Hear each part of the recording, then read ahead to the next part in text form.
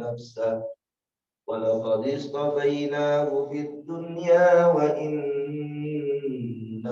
في الآخرة لمن الصالحين سبحان الله بحمده عدد خلقه ورضا نفسه وزنة عرشه ومداد كلماته سبحان الله بحمده عدد خلقه ورضا نفسه وزنة عرشه ومداد كلماته سبحان الله وبحمده عدد خلقه ورضا نفسه وزنة عرشه ومداد كلماته رضيت بالله ربا وبالإسلام دينا وبمحمد نبيا ورسولا.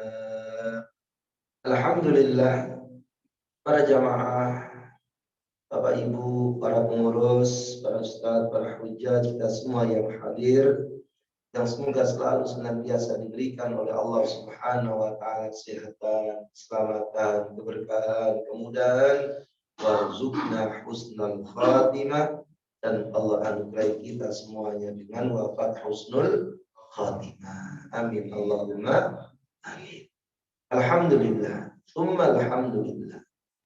Lagi-lagi ucapan kalimat tahmid tahaturkan di hadapan Allah Subhanahu wa taala, karena yang menjadikan asbab kita datang tempat yang mulia ini, yang melaksanakan ketaatan kepadanya, maka tidak lain adalah karena setelah itu kenikmatan yang besar yang diberikan oleh Allah Subhanahu wa taala selepas melaksanakan daripada Idul Fitri, Ramadan usai, berganti dengan Syawal, Syawal pun juga sudah pergi, dan kita berada dalam satu bulan yang mulia, yakni bulan Zulqa'dah.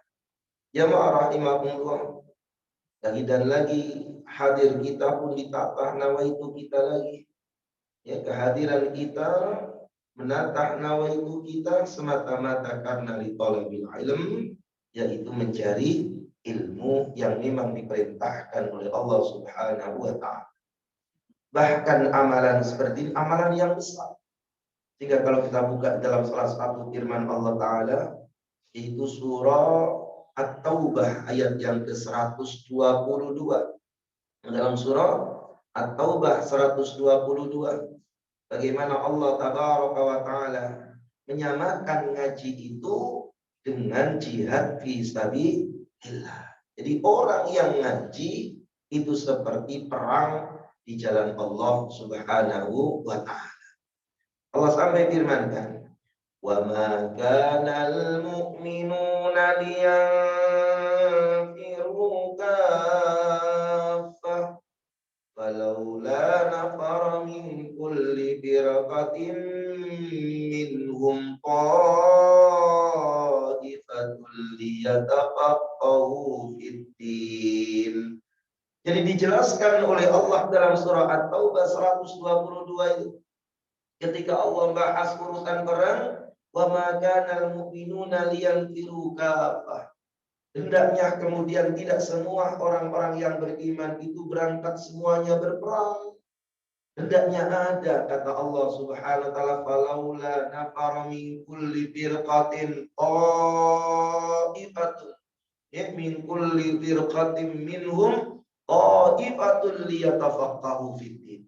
Maka hendaklah ada rombongan yang ada itu tidak berangkat perang, tetapi berangkatnya ngaji. Seolah Allah mengatakan bahwasanya jangan semuanya perang. Kalau pengen jihad, ada sekelompok di antara mereka itu yang berangkatnya yaitu haji.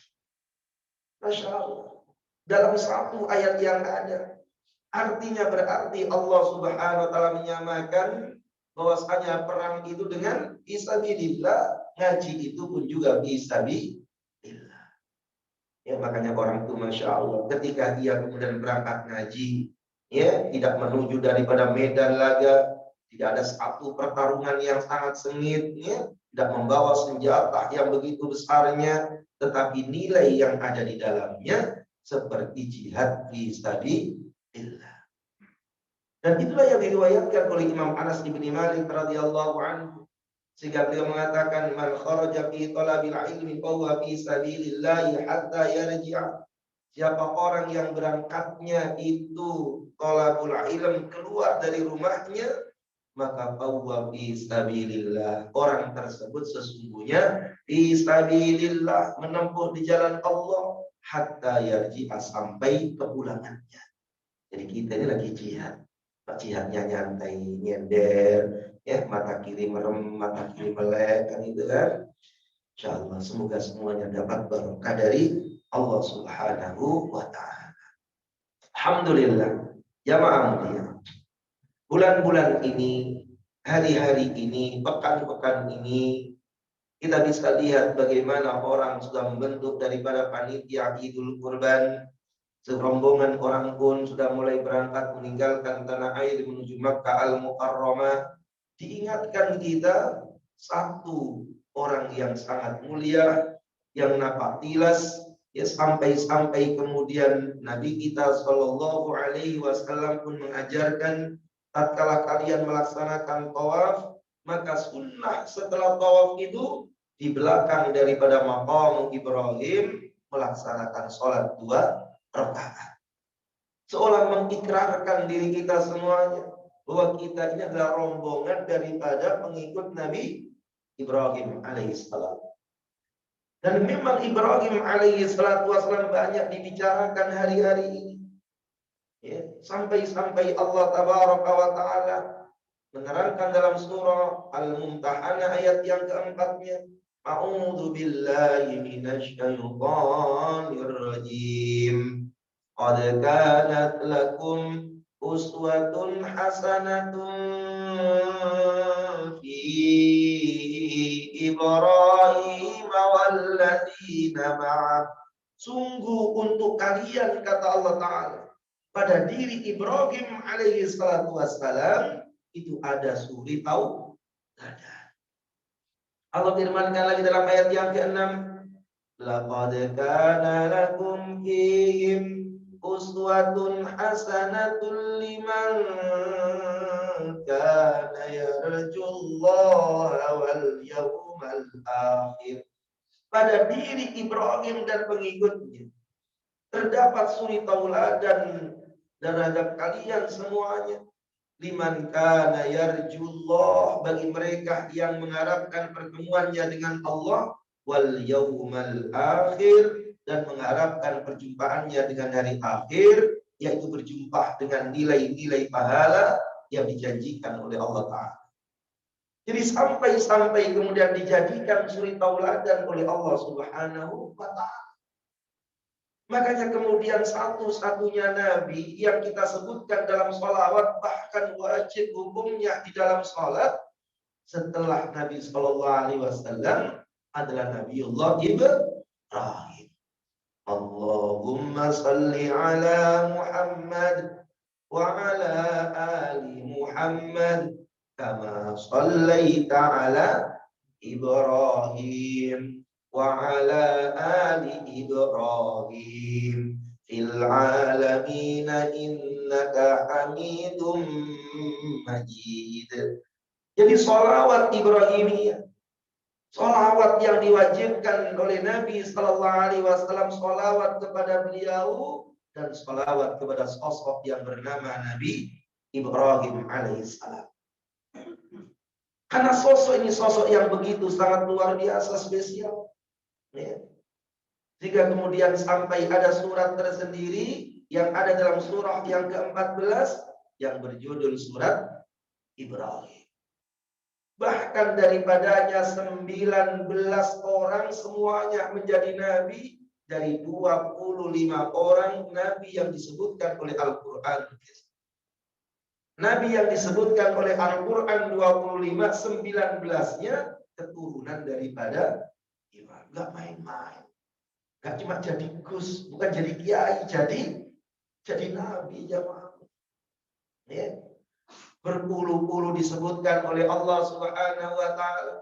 Ibrahim bapak para nabi yang disebut dengan Abul Anbiya, karena apa? Karena 19 nabi yang daripada beliau dijadikan oleh Allah Ta'ala yang disebutkan di dalam Al-Quran. Kita bisa lihat jamaah rahimahullah, bagaimana predikat-predikat yang disematkan oleh Allah pada Ibrahim alaihi salatu wassalam yang menunjukkan tentang kemuliaan beliau. Yang pertama kita bisa perhatikan dalam salah satu firman-Nya surah An-Nisa. Allah tabaraka wa taala mengatakan, yattakhadallahu Ibrahim khalila. Dan Allah menjadikan Ibrahim itu adalah Khalilullah. Disebut Khalilullah, kekasih, akrab, dekat, lengket dengan Allah Subhanahu wa ta'ala. Bahkan dulu kita baca daripada kitab At-Tadhkirah fi Ahwalil Mauta wa Umuril Akhirah, disebutkan dalam bab urusan kematian itu satu-satunya nabi yang wafat pakai ditawarin itu adalah Nabi Ibrahim. Datang malaikat di hadapan Ibrahim alaihissalam. Kata Ibrahim, malaikat, tumben datang, ada apa? Kata malaikat maut, Ibrahim, aku disuruh Allah untuk mencabut ruhmu. Kata Ibrahim, loh, katanya aku ini kekasihnya Allah. Wattakhadallahu Ibrahim khalila. Kalau aku ini kekasihnya Allah, kenapa Allah mencabut ruhku? Namanya malaikat nggak bisa ngapa-ngapain. La ya'sunallaha ma amarahum wa yaf'aluna ma yu'marun. Malaikat kan apa adanya. Maka lapor di hadapan Allah Ta'ala, ya Allah, kekasihmu Ibrahim nggak mau dicabut nyawa. Ya. Maka kemudian diturunkan lagi oleh Allah Ta'ala malaikat itu. Satu perkataan di hadapan Ibrahim alaihi salatu wassalam. Hei Ibrahim, Allah mengatakan, apa enggak ada kekasih ingin berjumpa dengan kekasihnya. Jadi kalau tadi Nabi Ibrahim mengatakan, masa iya kekasih nyabut nyawa kekasihnya. Kata malaikat menyampaikan dari Allah, hei Ibrahim, Allah mengatakan, apa enggak ada kekasih ingin berjumpa dengan kekasih. Maka saat itu Nabi Ibrahim mengatakan, iya, aku ingin berjumpa dengan Allah. Saat itulah kemudian ruh beliau dicabut oleh malaikat atas perintahnya Allah. Makanya ulama-ulama mengatakan, al-mautu jisrun yusalul habiba ilal habib. Bahwa kematian itu adalah peristiwa yang menyenangkan. Jembatan yang sangat menggembirakan untuk menjumpakan seorang kekasih dengan kekasihnya. Jadi kalau ingin berjumpa dengan Allah, itu melalui gerbang yang namanya kematian. Jadi mati itu enak apa enggak enak? Enak. Mau sekarang atau besok? Masya Allah. Ya, kapan saja ya Allah. Yang penting mati dalam keadaan syahid fisabilillah. Dan di antara wafat dalam keadaan syahid fisabilillah itu wafat dalam keadaan thalabul ilm. Karena ngaji itu thalabul ilm, maka wafat dalam rangka menuju pengajian, wafat ketika ngaji, wafat setelah ngaji, wafat dengan hati punya ketergantungan terhadap taklim. Semoga termasuk jalan fisabilillah, semoga yang wafat dalam kategori syahid.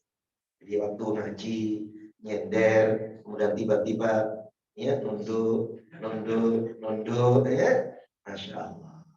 Maka mati yang seperti itu mati yang sangat indah, tapi jangan sekarang, Pak. Ya, kalau ada yang dengar lagi saya ngomong.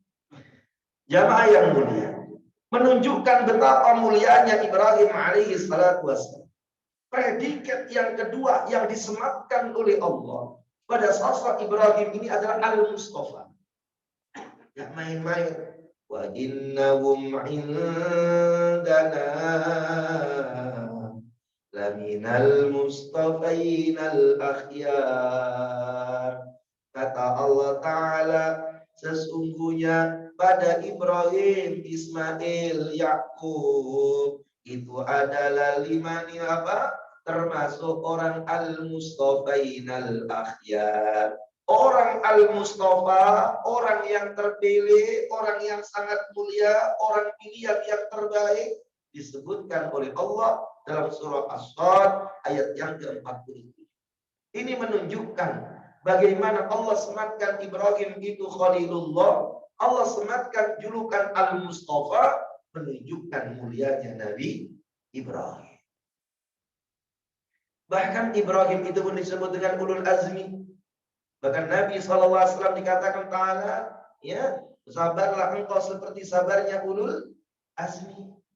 Sehingga pantas Allah Tabaraka wa Ta'ala menjelaskan dalam Al-Baqarah 130, orang yang membenci millah Ibrahim, orang yang memperbunuh dirinya sendiri. Karena Ibrahim terkenal di dunia barat, terkenal di dunia timur, terkenal di dunia, dan terkenal juga di langit. Itu adalah Nabi Ibrahim. Masya Allah. Makanya Allah sebutkan wa may yarghabu 'an millati Ibrahim illa man safiha nafsah wa laqad istafainahu fid dunya wa innahu fil akhirati laminas shalihin. Tidak ada orang yang membenci millah ajaran Ibrahim kecuali orang itu memperbodoh dirinya. Bagaimana kemudian orang tidak mau mengikuti ajaran Ibrahim alaihi salatu wassalam? Orang yang terkenal di dunia, terkenal di langit, yang masyhur di dunia barat, dunia timur, orang-orang Yahudi sebenarnya mengenalnya, orang Nasrani pun mengenalnya, apalagi umat Islam ini. Sampai-sampai Nabi pun ajarkan untuk mengenang daripada Ibrahim ini. Bahkan seolah Allah Subhanahu wa Ta'ala perintahkan umat manusia yang melaksanakan tawaf, yang melaksanakan haji, yang orang antri semuanya ingin menujunya. Bukankah engkau tawaf? Ketika engkau tawaf kemudian engkau lihat daripada hijir Ismail, siapa itu Ismail? Ketika kemudian engkau tawaf, maka engkau pun melintangi daripada makam Ibrahim. Siapa itu Ibrahim? Habis tawaf, kemudian engkau diperintahkan untuk melaksanakan sholat 2 rakaat di belakang makam Ibrahim. Ada apa dengan Ibrahim? Lalu kemudian engkau sa'i. Sa'i itu perjalanan daripada Safa ke Marwah. Napak tilasnya Hajar. Siapa Hajar itu? Seolah Allah mengatakan bahwa pelajari ini Ibrahim, jadikan tauladan dalam diri kalian. Pulang haji, engkau punya watak-watak seperti Ibrahim, punya akhlak-akhlak seperti Ibrahim, punya kekuatan akidah perjuangan seperti akidah perjuangannya Ibrahim alaihi salatu wassalam. Ini Ibrahim. Nabi pun diperintahkan oleh Allah Tabaraka wa Ta'ala untuk melaksanakan banyak ajaran Ibrahim alaihi salatu wassalam. Makanya kata Allah Ta'ala mengatakan, siapa orang yang tidak kenal Ibrahim? Ya, maka tidaklah orang membenci millah Ibrahim kecuali orang yang memperbodoh dirinya sendiri. Makanya orang-orang Yahudi ceritanya pendeta Najran pada saat itu berdebat dengan orang-orang Yahudi, para rahib-rahib Yahudi. Kata rahib Yahudi, Ibrahim itu adalah Yahudi. Kata Nasrani, tidak, Ibrahim itu adalah Nasrani. Masya Allah. Ya, maka ketika itulah turun daripada firman Allah, ya ahlal kitab lima tuhajjuna fi Ibrahim wa ma unzilatit Taurat wal Injil illa min ba'di afala ta'qilun. Semuanya mengklaim diri pengikut Ibrahim. Yahudi bilang Ibrahim Yahudi, Nasrani bilang bahwa Ibrahim Nasrani. Dikatakan oleh Allah Ta'ala, ahlul kitab, kamu ini ngomong apa? Lima tuhajjuna fi Ibrahim. Kenapa kau berdebat tentang Ibrahim? Bukankah Taurat Injil itu turun? Illa min ba'di, sesudah Nabi Ibrahim. Artinya Ibrahim itu nggak kenal kalian. Yahudi itu Yahuda, Yahuda itu cucu daripada Ibrahim, anak Yakub, Yahuda lahir, Yahudi Ibrahim sudah gak ada. Artinya ketika kemudian berkembang setelah jauh dari Yahuda, maka Ibrahim gak kenal. Aneh kalian mengklaim pengikut Ibrahim. Aneh kalian mengatakan bahwasanya Ibrahim itu Yahudi. Nasrani, kata Allah, Injil itu turun zamannya Isa. Isa itu jauh puluhan ribu tahun setelah Ibrahim. Gimana ceritanya Ibrahim itu Nasrani? Tidak para jamaah mulia.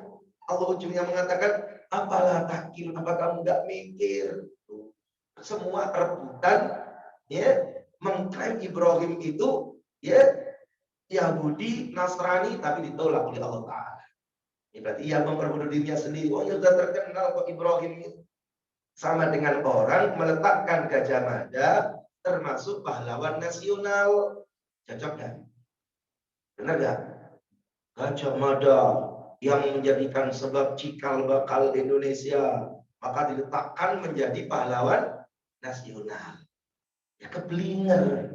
Gajah Mada itu mati, Indonesia belum lahir. Gajah Mada gak kenal Indonesia. Gimana ceritanya? Sama dengan Ibrahim. Nah, jamaah rahimahullah. Kemuliaan Ibrahim begitu luar biasa banyaknya. Yang kita sebutkan dalam kesempatan ini sumber mulianya. Dari sekian banyak Ibrahim yang mulia itu, sumber kemuliaannya di mana?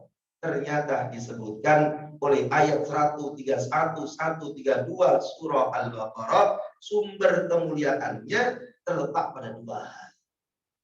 Pertama, jamaah mulia, ketaatan yang mutlak. Jadi terkenalnya Ibrahim itu taatnya yang mutlak, taat tanpa syarat.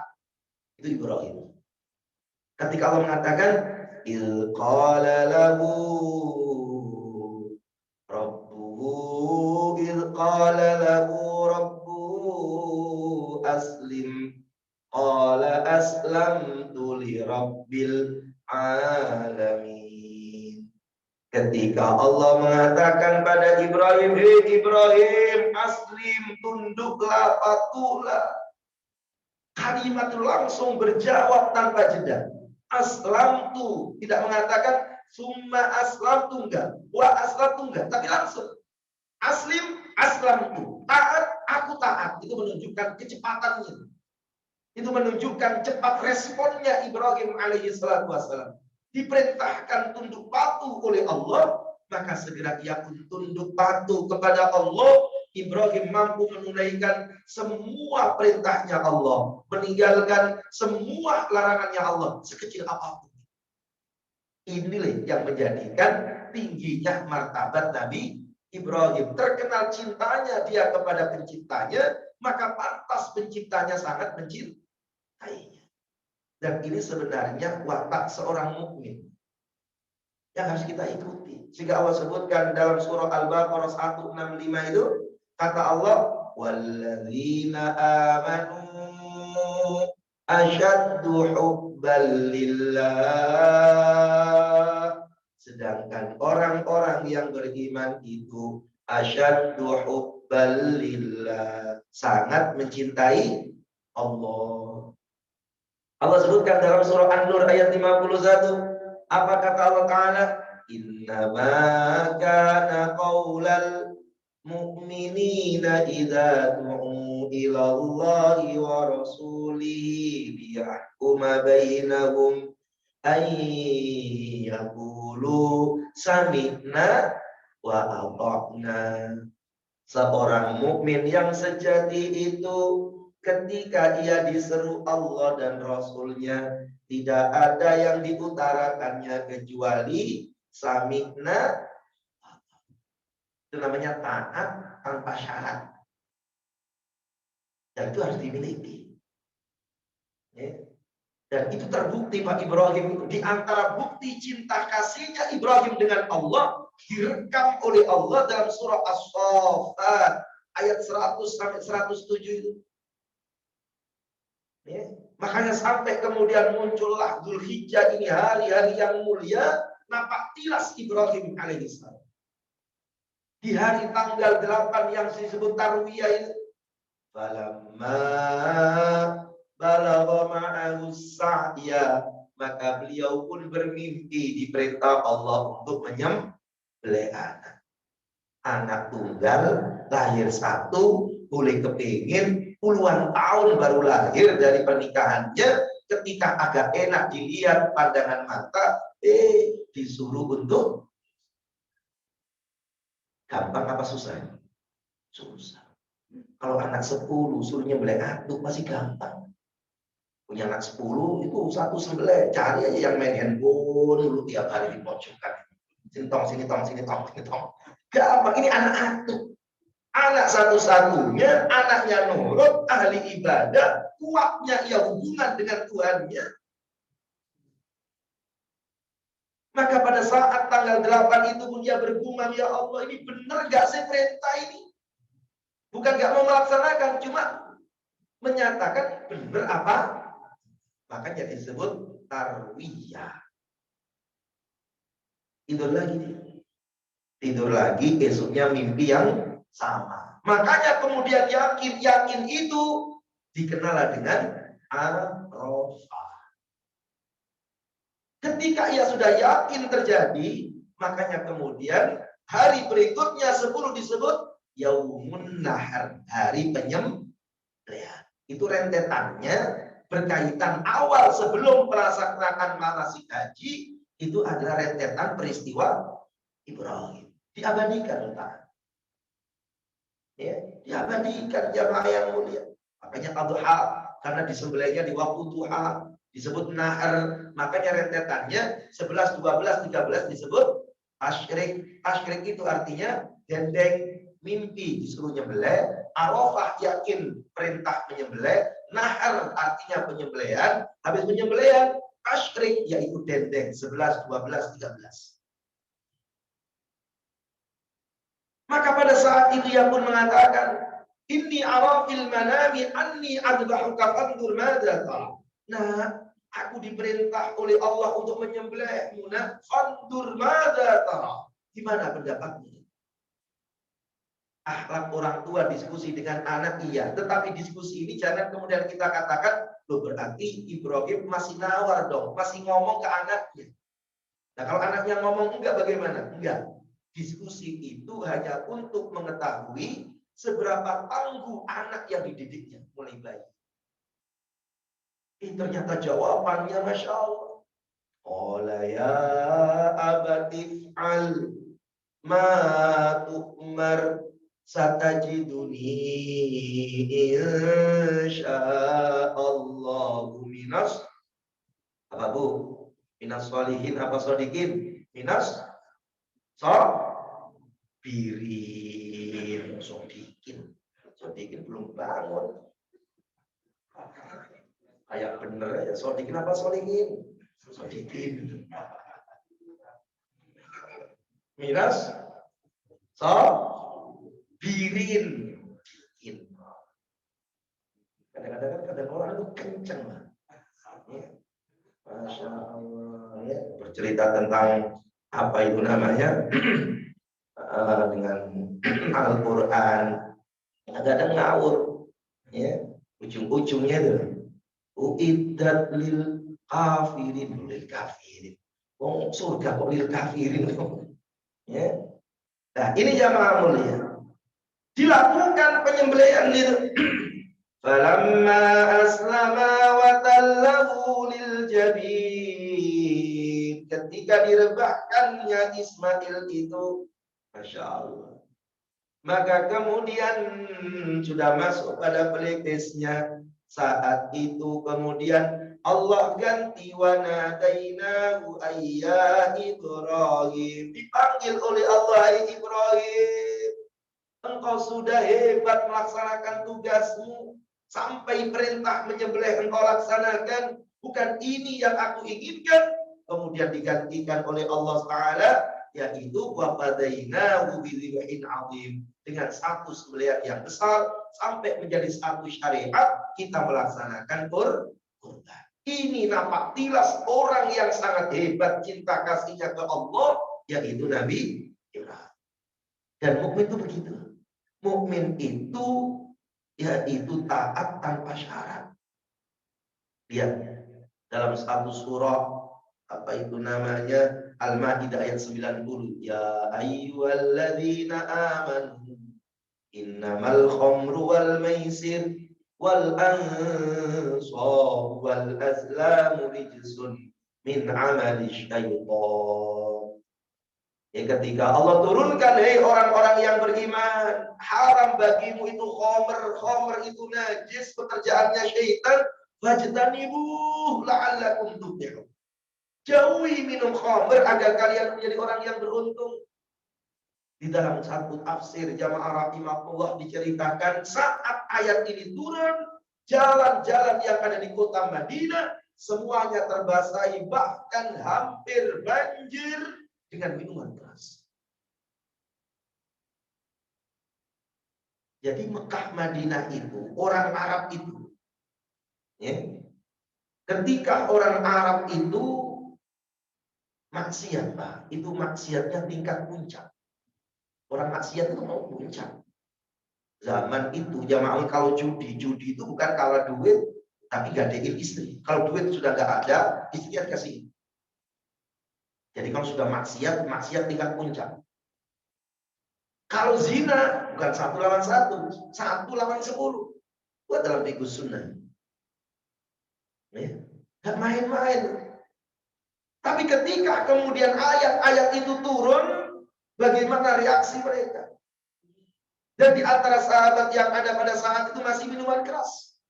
Minuman keras dari budaya. Kalau sudah minuman keras, nggak cuma minum, diterangkan sampai mandinya pun minuman keras. Mandinya dulu pakai minuman keras. Jadi kalau sudah maksiatnya tingkat puncak. Nggak main-main. Tapi tatkala taatnya pun tingkat puncak. Jadi ketika ayat itu turun, mereka nggak pakai mikir.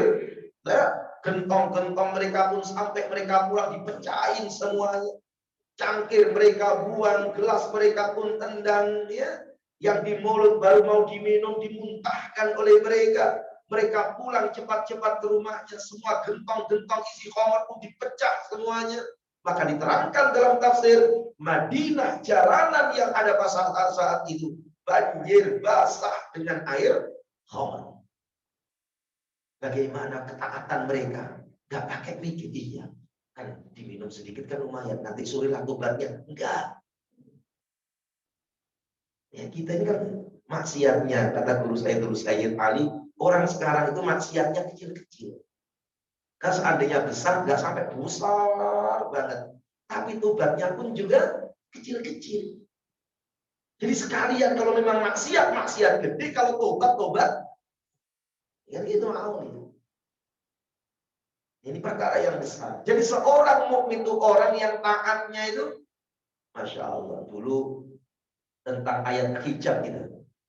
Ketika turun ayat hijab, ya, wahai istri Nabi, katakan ya Nabi kepada istrimu dan orang yang beriman, hendaklah mereka itu mengulurkan daripada jilbabnya, memakai daripada hijab.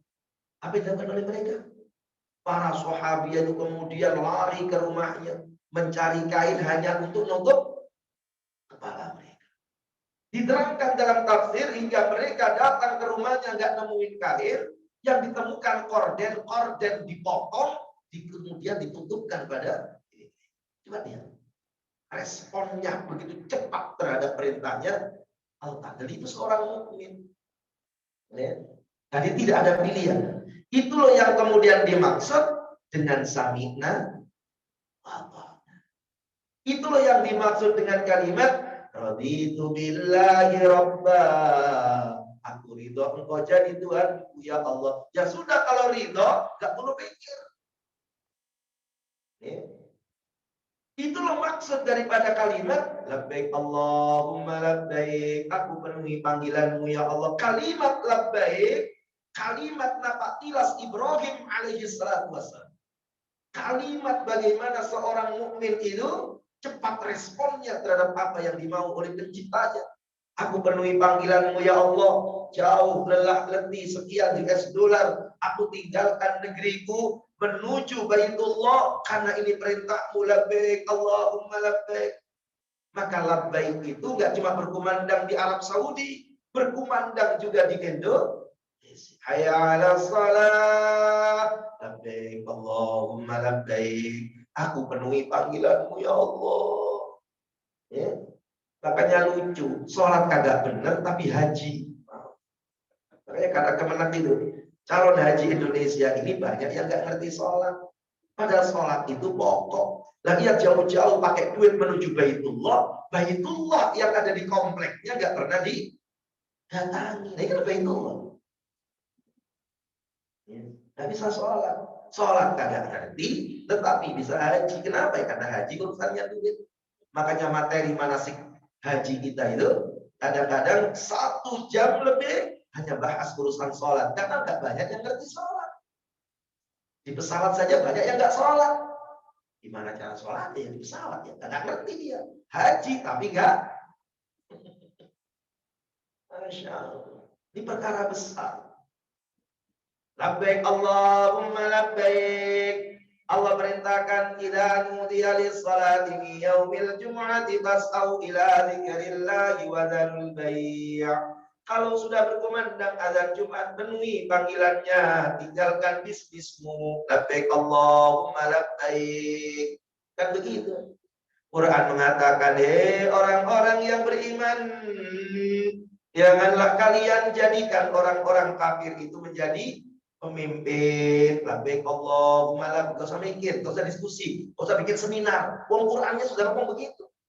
Kebanyakan seminar sih. Ya. Masya Allah. Itulah jamaah mulia. Ikutin saja maunya Allah. Allah itu mau, Pak. Maunya Allah itu aneh-aneh. Kadang macam-macam. Kadang-kadang Allah perintahkan perlente. Kayak begini perlente. Allah sebutkan dalam Al-A'raf, ya ayyuhalladzina amanu khudzu zinatakum inda kulli masjid.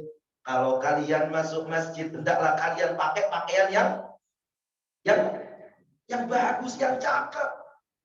Yang bagus, yang cakep. Kalau bisa kemudian pakai celana, habis celana kemudian sarung, habis sarung kemudian gamis, habis gamis kemudian outer, habis outer kemudian imamah, kemudian terus berlapis. Makanya orang Arab kadang-kadang cakep. Kalau sholat itu cakepnya luar biasa.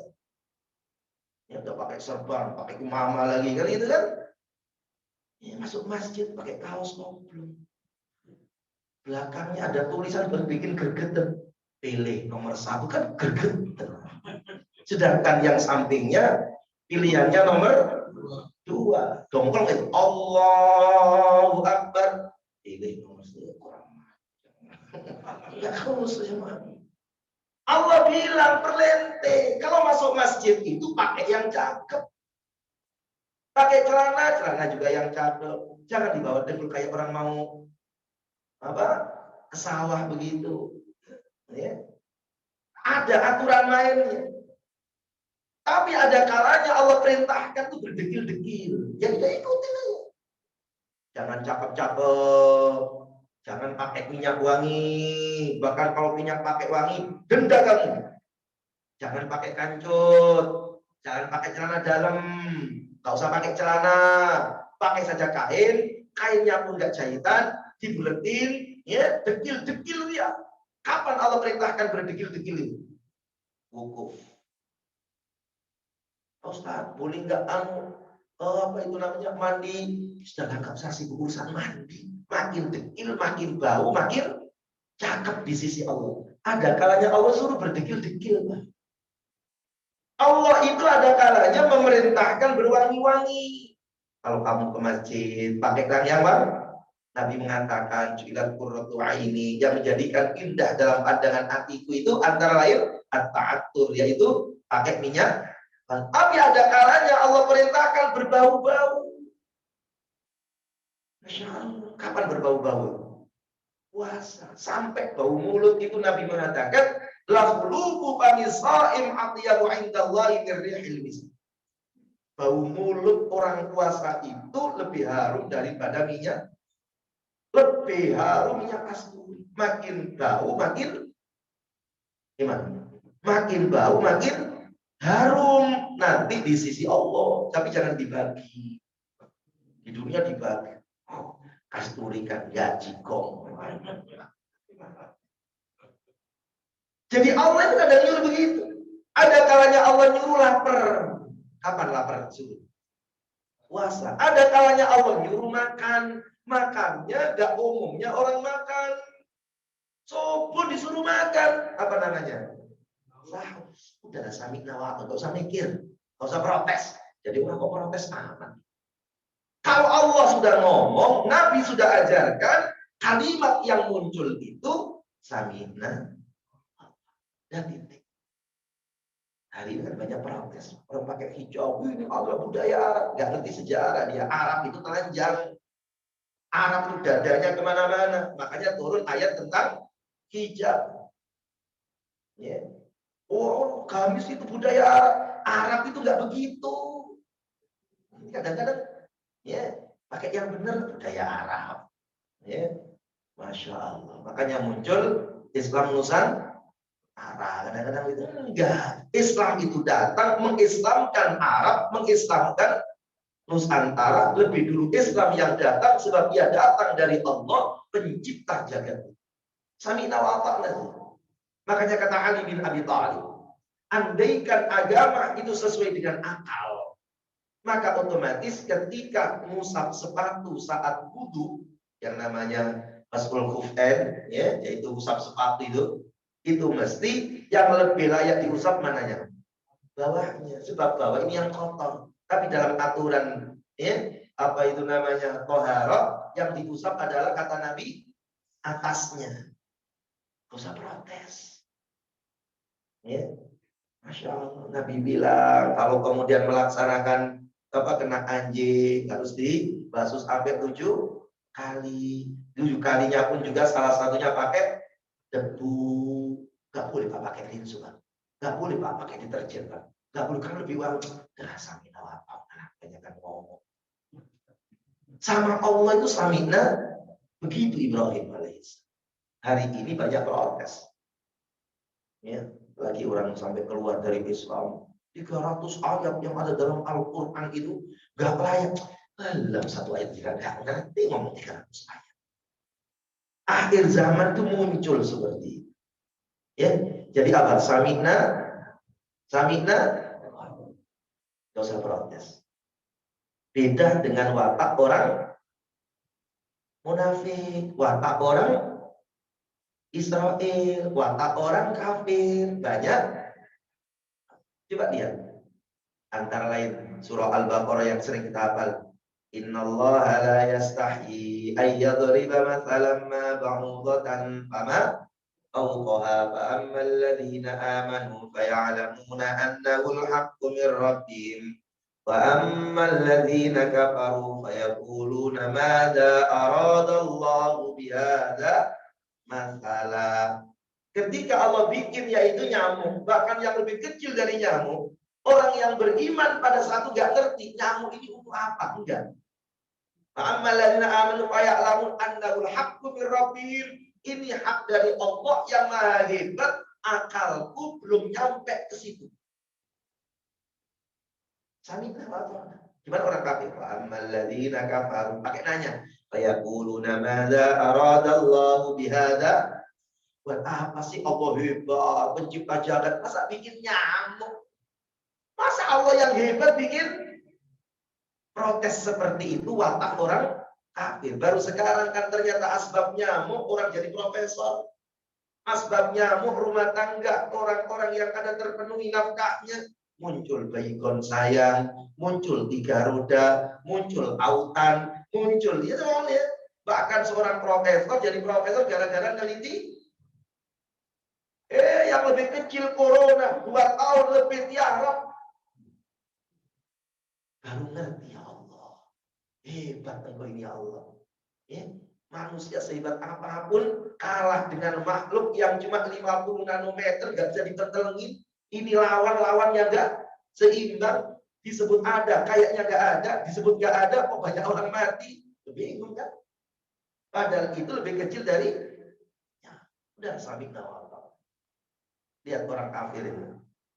ketika kemudian datang di hadapan Nabi Musa, ya, kalau memang mengungkap kasus pembunuhan harus menyembelih sapi, sapinya sapi apa? Pakai nanya. Ya, sapinya sapi, namanya protes. Apa kata Nabi Musa? Nabi Musa mengatakan Allah telah berfirman, Baqaratun, apa itu namanya? Waqi'ul launuha tasurrun nadir. Sampai dikatakan itu adalah wala bikron, ya, awanun baina dzalik. Itu cuma pertengahan, nggak tua nggak muda. Pakai nanya lagi, malaunuha, apa warnanya? Warnanya kuning tua, nyenengin orang yang melihatnya. Pakai nanya lagi, dipakai bajak sawah apa? Sapi pingitan. Itu adalah watak orang. Watak munafik dia begitu. Ketika sholat, idza qamu ila sholati qamu kusala. Kalau sholatnya males. Ya, kata males. Ya, masih baru komat. Baru ada. Aja lah kalau komat. Kalau sudah komat, baru komat. Ya, paling imaminya agak panjangan. Nanti sajalah sendiri. Nanti aja lah masih jam 2. Nanti sajalah ujung-ujungnya enggak sholat. Sholatnya itu hanya karena yuraunan nas, karena pamer ada orang melihatnya. Itu watak orang munafik. Jadi ini yang menjadikan sebab mulianya Ibrahim. Yang kedua, di antara mulianya Nabiullah Ibrahim alaihissalam, ayat yang berikutnya, tingginya kerisauan terhadap agama keluarga. Ya, hari ini orang mengatakan, kamu makan apa nak? Kalau bapak meninggal, Ibrahim enggak, kamu nyembah Allah apa? Enggak, kalau bapak wafat, tauhid. Yang dipikirkan Ibrahim itu adalah agama anak-anaknya. Wawassa biha Ibrahim bani wa Yaqub, ya bani inna Allah astafa lakumud dina fala tamutunna illa wa antum muslimun. Dikumpulin anak-anaknya. Anak-anaknya dikumpulin itu bukan bagi-bagi waris, tetapi diomongin. Nah, Allah sudah pilihkan agama yang mulia kepadamu, nak. Bapak pesen jangan mati-mati, nak, kecuali dalam agama. Yes. Bukti perhatian Ibrahim terhadap anak-anaknya itu hampir semua munajat Ibrahim. Kita itu bahkan mencontohnya. Itu mesti menyertakan anak. Contoh, wa idh yarfa'u Ibrahimul qawa'ida minal baiti wa Ismail. Ketika soal ibadah, diajaklah Ismail bangun Ka'bah.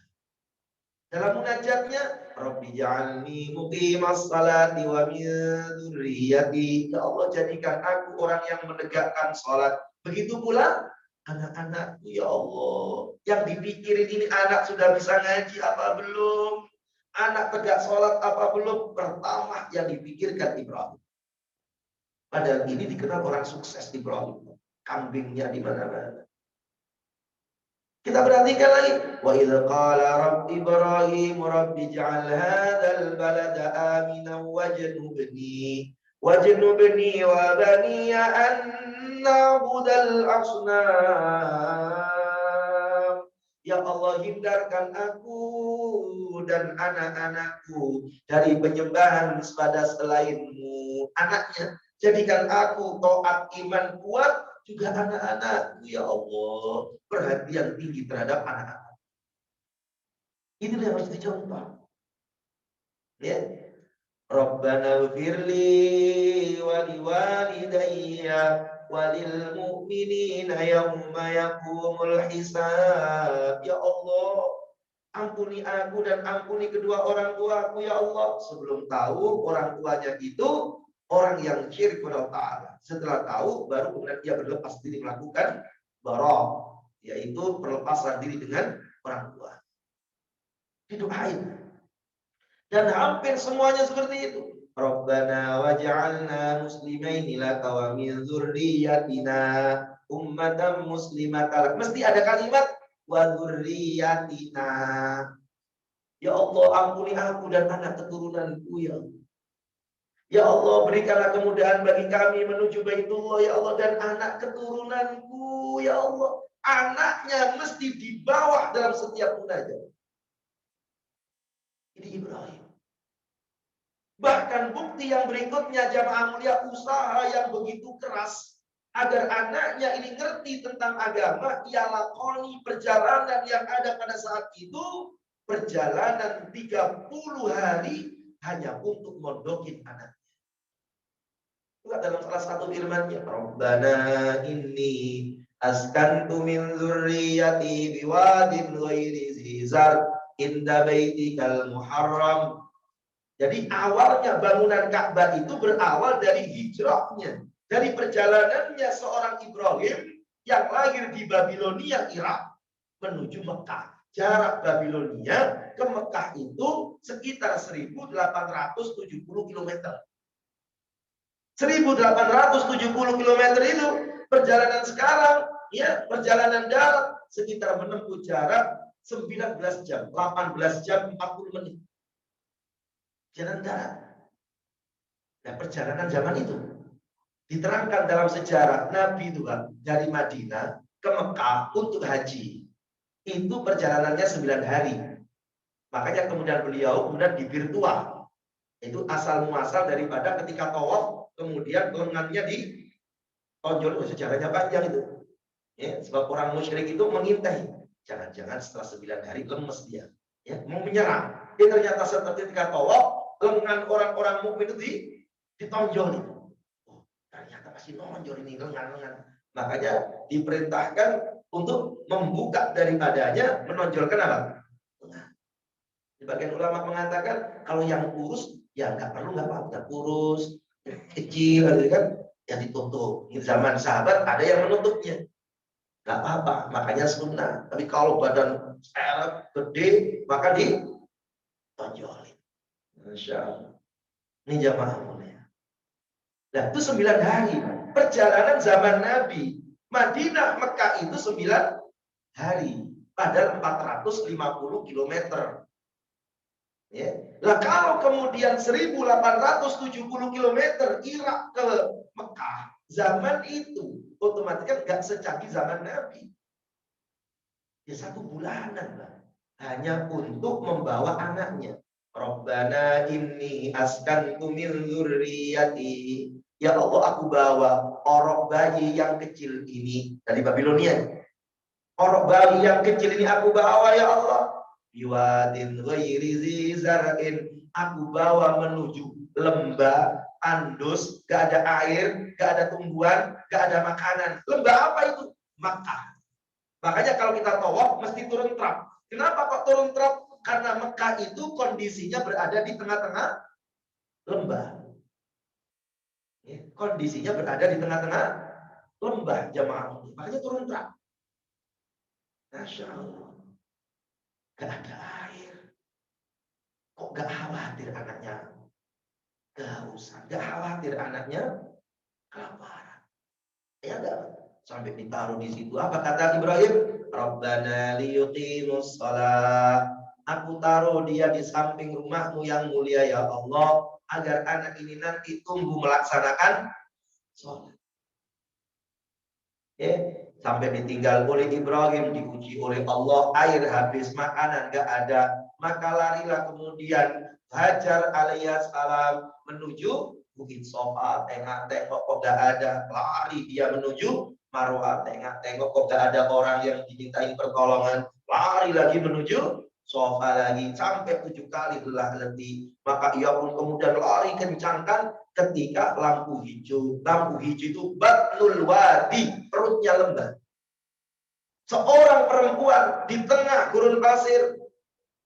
Sofa marwah, sofa marwah, marwah sofa, sofa marwah. Dia turunin lembah, dilambangkan sekarang lampu hijau. Lampu hijaunya ada, tandanya ada, tetapi lembahnya nggak ada. Datang itu aja ngos-ngosan. Sampai di Marwah nggak ada, dia pun tawakal, ya Allah, terserah engkau, kau yang punya jagat. Dari Marwah kemudian dia langsung menuju ya Ka'bah untuk nemuin anaknya. Ya Allah, aku sudah tinggalkan lama anakku di samping rumahmu yang mulia. Kasihan ia belum minum. Ketika baru kemudian menujunya, dilihat daripadanya air itu sudah dirangkul oleh Hajar. Zumi, kumpul.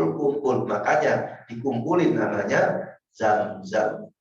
Ibnu Abbas radhiyallahu anhu mengatakan, andaikan Bunda Hajar gak ngerangkul air itu, andaikan gak dirangkul, tumpah dari kaki, andaikan gak dirangkul, maka dunia ini terbasahi oleh air Zam-Zam. Masya Allah. Itu para jamaah yang mulia. Jadi cinta kasih. Ya, Ibrahim itu ya yang menjadikan sebab Allah cinta.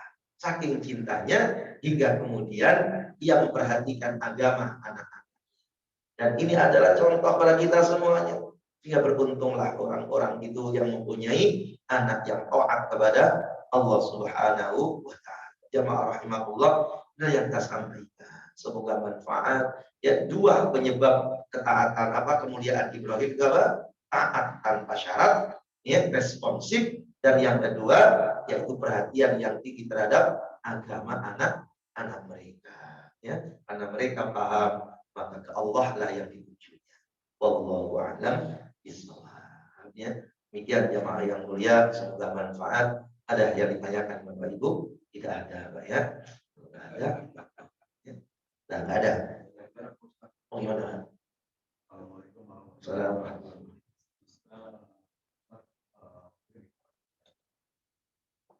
Nabi Ibrahim itu kan akhirnya hilang, terus dia ke Palestina, terus ke Mesir. Di Mesir itu dia kaya, kan gitu. Pada saat ini apakah Israel lihat atau apa?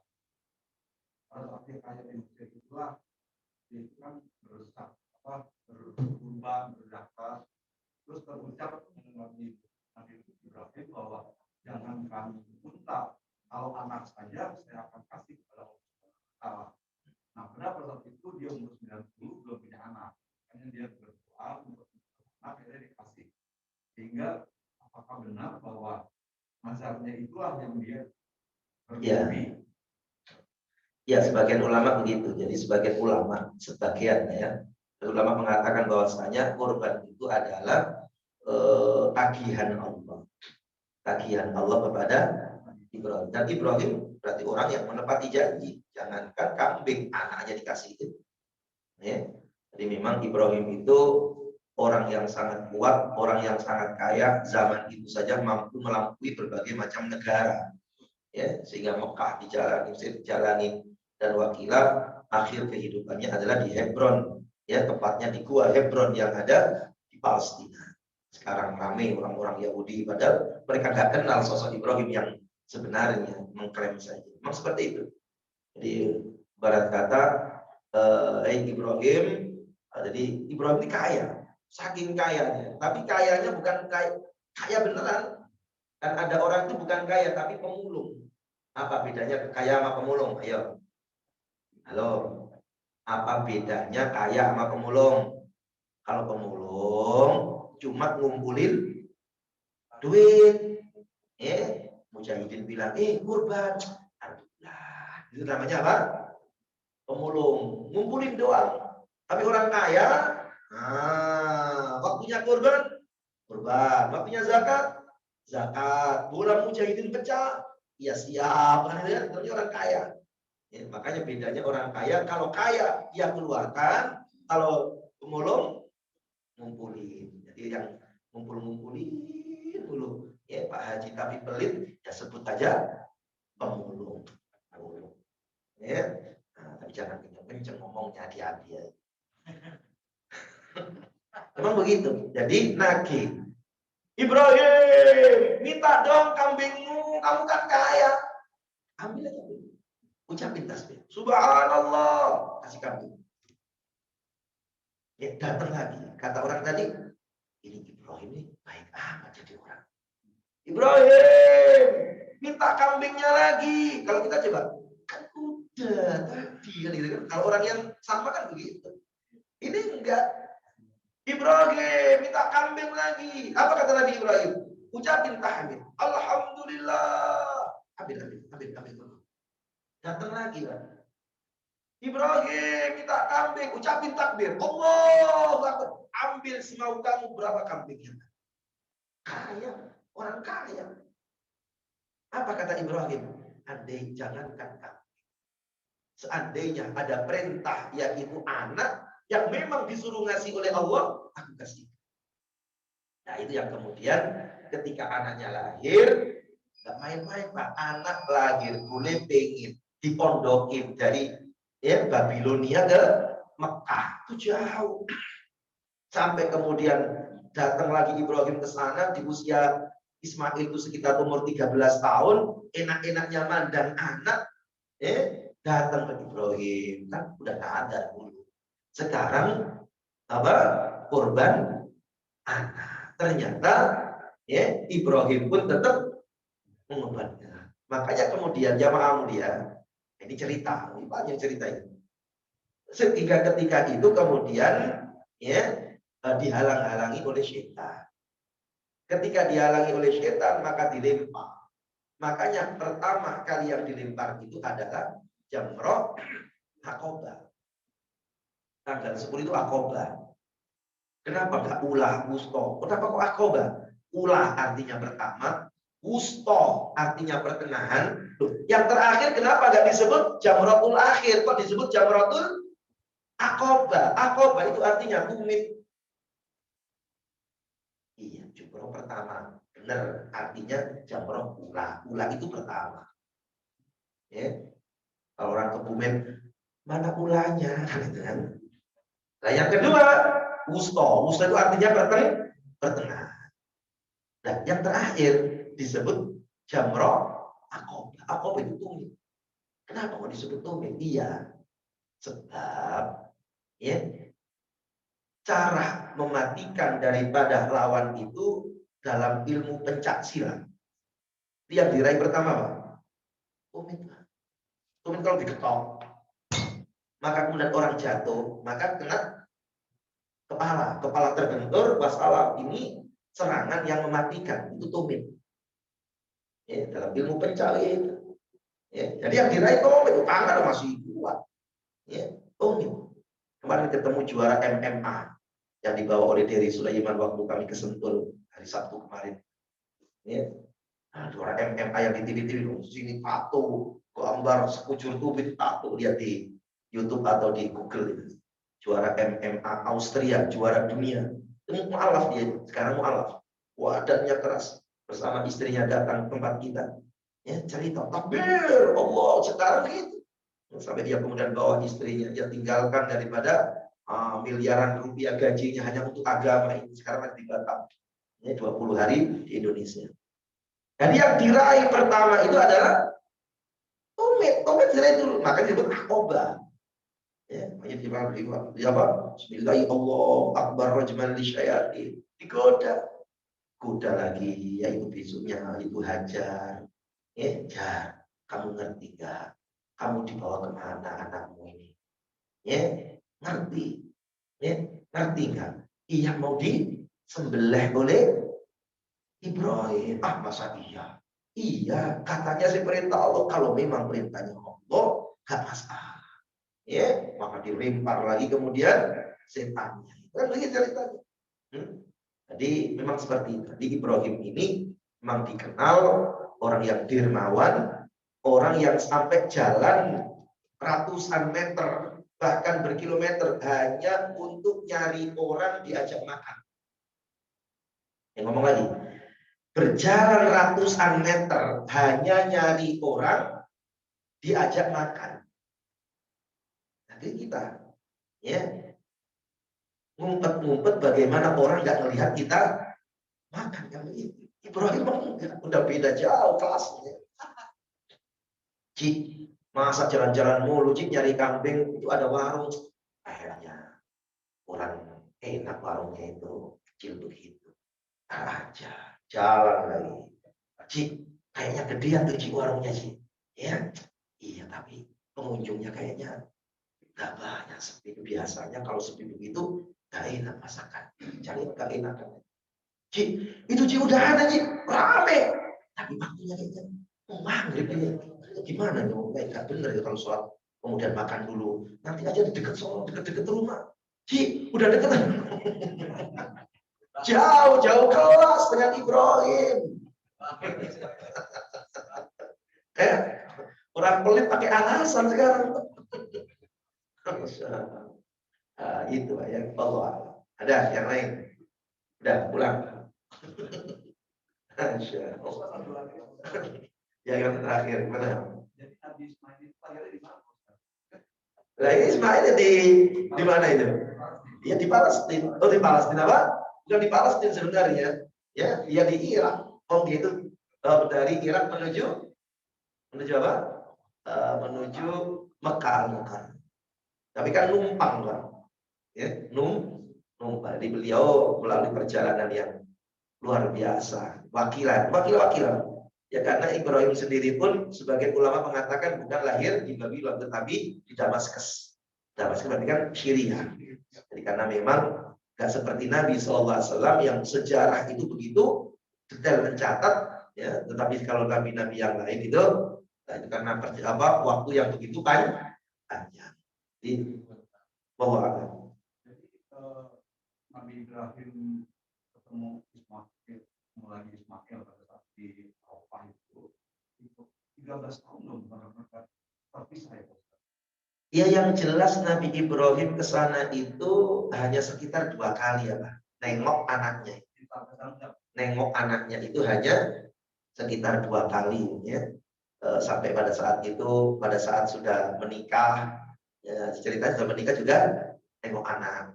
Ke situ ya, 3 kalian ya, nengok anak. Ada seorang wanita, kamu siapa? Aku ini istrinya Ismail. Itu istrinya gimana? Ismail itu gak punya duit, pekerjaannya serampangan, ini begini. Oh, terus lagi di mana? Lagi di luar kerja. Ya, kata Ibrahim, ya sudah, titip salam, ganti palang pintunya. Makanya kan Betawi ada palang pintu itu, sejarahnya begitu. Maka ganti palang pintunya. Dia datang itu Ismail. Ismail, nggak ngerti itu maksudnya orang tua. Orang tua siapa? Wajahnya begini. Ya, apa kemudian kata Ismail? Itu adalah ayahku. Itu adalah Ibrahim. Apa yang diomongkan? Yang diomong itu ganti palang pintunya. Maka aku katakan, aku cerai. Nggak pakai pikir. Taatnya tuh nggak pakai pikir. Orang tuanya nyuruh cerai, aku cerai. Itu datang lagi kemudian cerai. Lu kamu ini siapa? Aku ini istrinya Ismail. Kata Nabi Ibrahim, udah ganti kayaknya. Ya, udah ganti. Ismail gimana? Ismail tuh orangnya baik, ahli ibadah, tekun, begini. Kata Ibrahim, ya sudah, karena nggak ketemu dengan ya suamimu, katakan padanya untuk netepin palang pintu. Datang ke Ismail, tadi ada orang tua begini. Oh, itu bapakku, itu adalah Ibrahim. Apa yang diomongkan oleh Ibrahim? Katanya disuruh netepin palang pintunya. Maka dikatakan engkau adalah istriku yang solihah. Itu namanya. Itu panjang sejarah. Itu Ibrahim alaihis salam.